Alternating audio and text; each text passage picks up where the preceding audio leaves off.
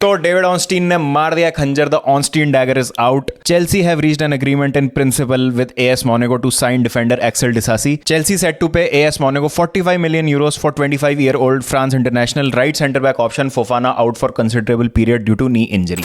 और सेम चीज Fabrizio Romano ने भी कोरॉबरेट कर दी है कि एक्सेल डिसासी से जो अग्रीमेंट है वो क्लोज है चेल्सी का, और थोड़े दिन में जो है ये डील हो जाएगी। इन प्रिंसिपल अग्री हो चुका है मोनाको और चेल्सी के बीच में, तो लग रहा है कि ये हो जाएगा या हो ही चुका है। अब एक्सेल डिसासी की जो साइनिंग है मुझे क्यों अच्छी लग रही है? पहली बात तो मैं काफ़ी टाइम से बोल रहा था कि एक्सेल डिसासी एक ऐसे सेंटर बैक है जिनमें बहुत एबिलिटी और आराम से वो किसी भी टॉप क्लब में खेल सकते हैं। क्लब्स को टारगेट करना चाहिए उनको। इनफैक्ट मैनचेस्टर यूनाइटेड और आर्सेनल का भी लिंक आया था उनसे, बट चेल्सी ने यहाँ पे बहुत ही सुमड़ी में काम किया है और बिना शोर मचाए, ज़्यादा शोर नहीं मचा है, बिल्कुल भी आवाज़ करे बिना यहाँ पर एक्सेल डिसासी को लग रहा है कि हमने सील कर लिया है। 45 million euros आई थिंक आज की तारीख में जहाँ पर इतना ज़्यादा इन्फ्लेट हो चुका है ट्रांसफर मार्केट, एक अच्छी फ़ी है डिफेंडर के लिए। अगर आपको एक अच्छा सेंटर बैक ऑप्शन चाहिए तो उसके हिसाब से ये सही है। अब एक्सेल डिसासी कैसे प्लेयर हैं, क्या उनके ट्रेड्स हैं, किस तरीके से उनका करियर रहा है, उसकी बात करते हैं थोड़ा सा, और किस तरीके से वो चेल्सी को हेल्प कर सकते हैं। तो सबसे पहले अगर मैं एक्सेल डिसासी की बात करूं, देखिए फोफाना ऑब्वियसली आउट है, जैसा बोला है कि फोफाना की इंजरी ने फोर्स किया चेल्सी को कि एक और सेंटर बैक चाहिए। दूसरा जो एक सबसे बड़ा कारण है सेंटर बैक लाने का, एनी विच वे आपको नेक्स्ट सीजन एक सेंटर बैक की जरूरत होती, बिकॉज थियागो सिल्वा का मोस्ट प्रोबेबली लास्ट सीजन है। एंड ऑब्वियसली आप थियागो सिल्वा पे कितना ज़्यादा डिपेंड कर सकते हैं? आप जितना हो सकता था आपने निचोड़ लिया उनको। ही इज 39 years old और उन्होंने एक तरीके से सर्विस जो थी चेल्सी के लिए जो उन्होंने किया है, मतलब जो वो कर सकते थे उससे ज़्यादा ही किया, अपना 130% दिया उन्होंने चेल्सी के लिए, तो उससे बेहतर कुछ हो नहीं सकता। बट स्टिल आपको एक अगर लॉन्ग टर्म रिप्लेसमेंट चाहिए, स्पेशली उस राइट सेंटर बैक वाले एरिया में, बिकॉज आपके पास अभी बेनवा बदियाशील है, लीवाई कॉलविल है, जो कि दोनों ही लेफ्ट साइडेड प्लेयर्स है। तो राइट साइड में आपके पास फोफाना और चालोबा के अलावा कोई है नहीं। थियागो सिल्वा अगर आप मान लीजिए कि इस सीजन के बाद चले जाते हैं तो कौन है वो, कौन बंदा होगा जो आपका लॉन्ग टर्म रिप्लेसमेंट रहेगा? बिकॉज कुलिबाली को भी ऑब्वियसली आपने बेच दिया इस समर। तो एक सेंटर बैक, एक प्रॉपर सेंटर बैक तो चेल्सी को इन एनी केस चाहिए ही था। तो एक्सेल डिसासी एक तो आपकी वो प्रॉब्लम सॉल्व करते हैं। अब प्लेयर कैसे हैं, देखिए सबसे जो एक इंपॉर्टेंट चीज़ चाहिए इस टीम को वो है लीडरशिप। एक्सेल डिसासी मोनाको के वाइस कैप्टन है, बहुत ओकेजन्स पे उन्होंने कैप्टन भी किया है।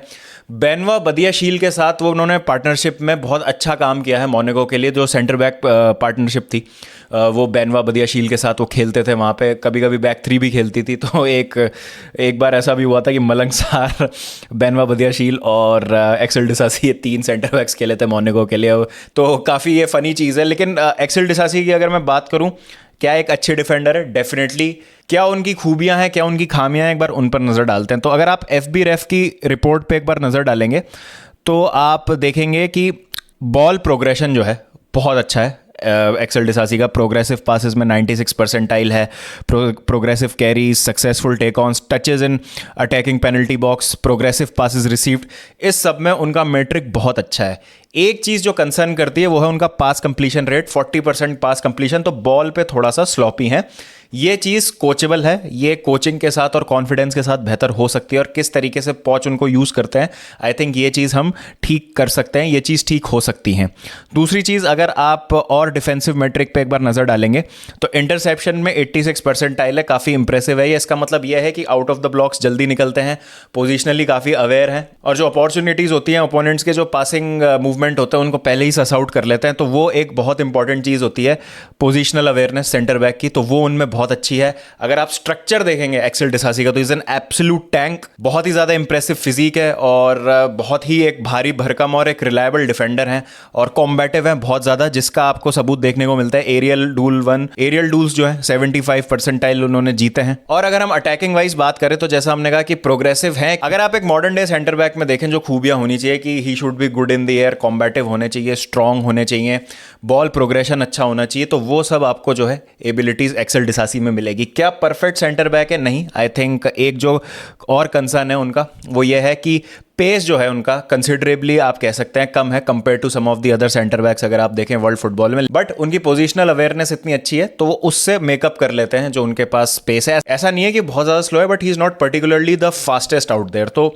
ये एक चीज़ है जो थोड़ी सी उनके गेम में खामी है, बट मुझे लगता है कि जो ऑप्शंस अवेलेबल हैं उसमें बहुत ही बढ़िया एक ऑप्शन है जो हमने सेलेक्ट किया है। और मुझे लगता है कि जो पोजीशनल अवेयरनेस होती है जिस भी डिफेंडर में, वो बाकी जितनी भी उसके गेम में फ्लॉज होती हैं उनको ओवरकम कर लेते हैं। बिकॉज अगर हम बायगॉन एरा में देखें, जैसे जॉन टेरी फॉर एग्जांपल, अब मैं कंपेयर नहीं कर रहा हूँ बट मैं एक एग्जांपल दे रहा हूँ कि जॉन टेरी में पर्टिकुलरली बहुत ज़्यादा पेस नहीं था, he was good in the air, combative थे, पोजिशनल अवेयरनेस बहुत ज़बरदस्त थी। तो बाकी जो अगर आप में ट्रेड्स नहीं होते हैं तो आप इन सब चीज़ों से उनको भर लेते हैं, उनकी पूर्ति कर लेते हैं। तो आई थिंक एक्सेल डिसासी उस लिहाज से एक बहुत अच्छी साइनिंग है चेल्सी के लिए। और राइट सेंटर बैक पे हमको एक ऑप्शन चाहिए ही था, बेनबा वदियाशील के पार्टनर थे, तो वहाँ पे भी एक आप कह सकते हैं कि अच्छी एक पार्टनरशिप बन सकती है लॉन्ग टर्म में। उसके बाद मालो गुस्तो आपके पास एक राइट बैक हो जाते हैं, वो भी फ्रेंच है। फिर अभी एक हमने डिफेंसिव मिडफील्डर भी साइन किया है ओग्वोचू, तो वो भी एक बहुत अच्छे आप कह सकते हैं कि, तो आप कह सकते हैं कि एक फ्रेंच प्लेयर्स का अच्छा सा एक ग्रुप यहाँ पर देखने को मिल सकता है चेल्सी में। तो सेटल भी बहुत आराम से हो जाएंगे, फिर थियागो सिल्वा भी फ्रेंच बोल लेते हैं,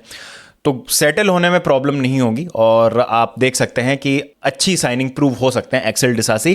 काम काफ़ी उनको करना होगा, आई डोंट थिंक सो कि आप आंख बंद करके रिलाई कर सकते हैं, कोई गलती नहीं है उनके गेम में या कोई खामी नहीं है। बट जैसा मैंने कहा ट्रेड्स बहुत हैं, खामियां भी हैं, लेकिन उनके अराउंड वर्क करके हम एक बहुत अच्छी सेंटर बैक पेयरिंग यहाँ पे बना सकते हैं चेल्सी के लिए। और सबसे इंपॉर्टेंट चीज़ है कि फिट रहते हैं, बहुत कम ऐसा होता है कि वो इंजरी से बाहर रहे हैं। अगर आप एक्सेल डिसासी का मोनेको करियर देखेंगे तो सिर्फ उन्होंने 2 मैच मिस करे हैं अपने पूरे मोनेको करियर में, वो भी 13 दिन बाहर थे क्योंकि उनको कोविड हो गया था। उसके अलावा उनको कोई इंजरी नहीं हुई। तो ये एक बहुत बड़ा प्लस पॉइंट है कि हम जिस भी प्लेयर को ला रहे हैं उसका इंजरी रिकॉर्ड अच्छा, और एक्सेल डिसासी एक ऐसे प्लेयर है जो कंसिस्टेंटली मोनेको के लिए एक लंबे पीरियड ऑफ टाइम तक खेले हैं। तो ये सारी चीज़ें कपल्ड विद हिज एबिलिटीज और जो प्राइस हम पे कर रहे हैं, आई थिंक ये सब चीज़ों को अगर आप मद्देनजर रखें तो एक्सेल डिसासी हमारे लिए एक बहुत अच्छी साइनिंग हो जाता है लॉन्ग टर्म के लिए। तो कॉन्ग्रेचुलेशंस हम सबको, और एक अच्छी साइनिंग, क्योंकि हमको लग रहा था काफ़ी दिन हो गए यार काइसेडो के पीछे हम पड़े हुए हैं, कोई साइनिंग नहीं हो रही, क्या सीन है। तो एकदम आउट ऑफ नोवेयर इस तरीके की न्यूज़ आती है तो काफ़ी मज़ा आता है। तो I am quite pumped for this signing. Again मैं कह रहा हूँ perfect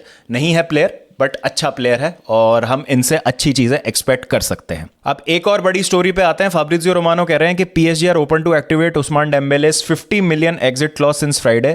Their plan remains the same. It's now Usman who has to decide his future, as he also discussed new deal with Barcelona in recent weeks, only up to the player. और इसके अलावा और भी बहुत सारे sources है, जैसे फब्रीज Hawkins ने भी कहा कि very reliable for PSG reports that barring a last minute surprise Ousmane Dembele will be a PSG player soon. फिर हेलेना कॉन्डेस ने भी रिपोर्ट किया है this time it's really serious between Dembele and PSG, the player is still with the team in Dallas. फिर Ferran Martinez ने भी बोल दिया है कि Ousmane Dembele's agent Moussa Sissoko is in USA and was in attendance for yesterday's El Clasico. PSG are pressed to sign him by tomorrow and everything depends on what Dembele decides. तो ball जो है वो Dembélé के court में है, Dembélé को decide करना है कि उनको क्या करना है। एक क्लॉज है कि अगर डेम्बेले आज नहीं जाते हैं तो उनका 50 मिलियन का जो रिलीज क्लॉज है वो 100 मिलियन का हो जाएगा। तो पीएसजी के पास सिर्फ आज का दिन है, बिकॉज मुझे नहीं लगता कि पीएसजी चाहेगी कि 100 मिलियन यूरोस पे करे डेम्बेले के लिए। 50 मिलियन में प्लेयर मिल रहा है, और एम्बापे अगर जाते हैं तो आप कह सकते हैं कि एक और वो फॉरवर्ड ले आते हैं अपने सिस्टम में, तो ठीक है। डेम्बेले से देखिए मैं अगेन बहुत ज़्यादा एक्सपेक्ट कुछ करता नहीं हूँ। बारसा आए हैं तो उनका करियर बहुत ज़्यादा इंजरी प्रोन रहा है, तो इतना मैं कुछ एक्सपेक्ट नहीं कर रहा हूँ। बट हाँ, 100 मिलियन जो है बहुत ज़्यादा है डेम्बेले के लिए, बहुत बड़ा रिस्क है ये। अब ये सब चीज़ें ना उस पर भी डिपेंड करती हैं कि किस तरीके का पे पैकेज पीएसजी यहाँ ऑफर कर रही है। अब यहाँ पे क्या डिटेल आती है कि क्या सैलरी मिलेगी डेम्बेले को, क्या रोल होगा उनका पीएसजी में। बट यहाँ पे रिपोर्ट्स आ रही हैं कि शावी बहुत खुश है डेम्बेले से, और डेम्बेले ने रेगुलरली फीचर किया है। लास्ट सीजन उनके ग्लिम्सेस भी दिखे थे, काफ़ी अच्छी फॉर्म दिखाई थी उन्होंने बारसा के लिए। अभी एल क्लासिको में एक बहुत शानदार गोल मारा है बार्सिलोना के लिए। तो अब अगर ऐसा है कि शायद डेम्बेले अब फिट होके एक प्रॉपर रोल अदा कर सकते हैं बार्सिलोना के लिए, तो क्या उनको अभी जाना चाहिए? और अब जब उनकी फाइनली इंजरी वाली प्रॉब्लम थी वो सॉल्व हुई है, और अब हमको दिख रहा है कि वो अपने एलिमेंट में आ रहे हैं, प्लस अब एक ऐसा मैनेजर मिला है जो उनको प्रॉपर तरीके से यूटिलाइज कर रहा है, तो क्या डेम्बेले अभी इस समय बारसा छोड़ के पीएसजी जाना चाहेंगे? तो ये इंटरेस्टिंग होगा देखना। बट मुझे पर्सनली लगता है कि अगर बारसा को यहाँ पर रिस्क फ्री होना है, बिकॉज डेम्बेले के अराउंड रिस्क बहुत है, बैगेज बहुत ज़्यादा है। और अभी थोड़े दिन पहले तक ये भी न्यूज़ आ रही थी कि एक डील भी अग्रीड थी बारसा के साथ डेम्बेले की, तो अगर वो डील एक्सेप्ट कर लेते हैं तो फिर क्या स्टेटस रहेगा वो एक बार देखना जरूरी होगा, बिकॉज यहाँ पर रिस्क बहुत है डेम्बेले को लेके, इंजरी रिकॉर्ड बहुत ज़्यादा खराब रहा है। तो क्या आप वो पंट लेने के लिए तैयार हैं? और प्लस अगर यहाँ पे PSG आती है 50 मिलियन के साथ, तो 50 मिलियन आई थिंक लेना इज़ अ वाइज डिसीजन, और फिर आप अपनी रिप्लेसमेंट देख सकते हैं, बिकॉज अपसाइड जितना है ना, मुझे डाउन साइड ज़्यादा लगता है डेम्बेले के रुकने का, mostly because of the injury record जो है। बाकी और कोई दिक्कत नहीं है, प्लेयर बहुत अच्छा है, टैलेंट बहुत है, कंसिस्टेंसी इशू रही है, ग्लिम्पसेस दिखाएं, कभी अपनी पोटेंशियल को उन्होंने छुआ नहीं है। मे बी क्या पता अभी शावी के अंडर वो चीज़ हो जाए, लेकिन अगेन रिस्क जैसा मैंने कहा बहुत ज़्यादा इंजरीज को लेके। तो अगर मैं बारसा फैन हूँ तो मैं सोचूंगा कि रिस्क ना लेके एक ऐसा प्लेयर लाया जाए जिस पे लॉन्ग टर्म भरोसा किया जाए, जो कंसिस्टेंट भी रहे, प्लस फाइनेंशियली भी बेनिफिट होता है डेम्बेले के जाने से। तो देखते हैं सिचुएशन में क्या होता है। और एक जो फालतू की न्यूज़ और आई है, नेथन गीसिंग ने रिपोर्ट किया है कि चेल्सी जो है कैश प्लस प्लेयर का एक ऑफर रेडी कर रही है PSG के लिए, और नासिर अल खलीफी से खुद मिल रही है टॉड बोली टू डिस्कस एम्बापे, कि एम्बापे की कोई पॉसिबिलिटी हो सकती है चेल्सी के लिए। तो देखिए ये सारी बातें बेकार है, अगेन मुझे लगता है कि ये भटकाने की कोशिश की जा रही है। PSG इस तरीके की रूमर्स डाल रही है मार्केट में जिससे रियल मैड्रिड को लगे कि अगर आप एम्बापे के लिए अभी नहीं आते, आप अभी पे नहीं करते हैं 220 मिलियन पाउंड्स जो भी मांग रही है PSG, जो भी उन्होंने प्राइस टैग सेट किया है, तो आप यहाँ पर कंपटीशन फेस कर सकते हैं प्रीमियर लीग क्लब से। और ऐसे क्लब्स भी हैं जो ये फी पे करने को भी तैयार हैं, प्लस अफोर्ड भी कर सकते हैं एम्बापे की सैलरी। तो ये इस तरीके का प्लॉय है। आई don't think so Mbappe will go anywhere apart from real Madrid. मैं बहुत ज़्यादा सरप्राइज हो जाऊंगा अगर वो प्रीमियर लीग आते हैं तो, और वो भी एक सीज़न के लिए, then he goes to Real Madrid. तो I don't think so that will happen. PSG में ही रहेंगे वो। अल हिलाल ऑब्वियसली वो रिजेक्ट कर चुके हैं, बट इंटरेस्टिंग होगा देखना, बिकॉज PSG ऑब्वियसली उनको दरकिनार कर चुकी है अपने प्रोजेक्ट से। चेल्सी तो नहीं आएंगे एम्बापे, अगर प्रीमियर लीग भी आते हैं तो दैट्स फॉर श्योर। बाकी देखते हैं, funny things have happened in football, but ये बहुत ज़्यादा फनी हो जाएगा ये मुझे नहीं लगता इस बात में कुछ दम है। तो आपकी क्या राय है? Please do let me know in the comment section. Axel Disasi को लेके, Ousmane Dembele and of course Mbappe वाला रूमर जो मुझे नहीं लगता जिसमें दम है बिल्कुल भी। तो बताइएगा आपकी जो भी राय है। फिर मिलते हैं आपसे नेक्स्ट वीडियो में। जब तक ध्यान रखिए अपना, टेक केयर एंड पीस।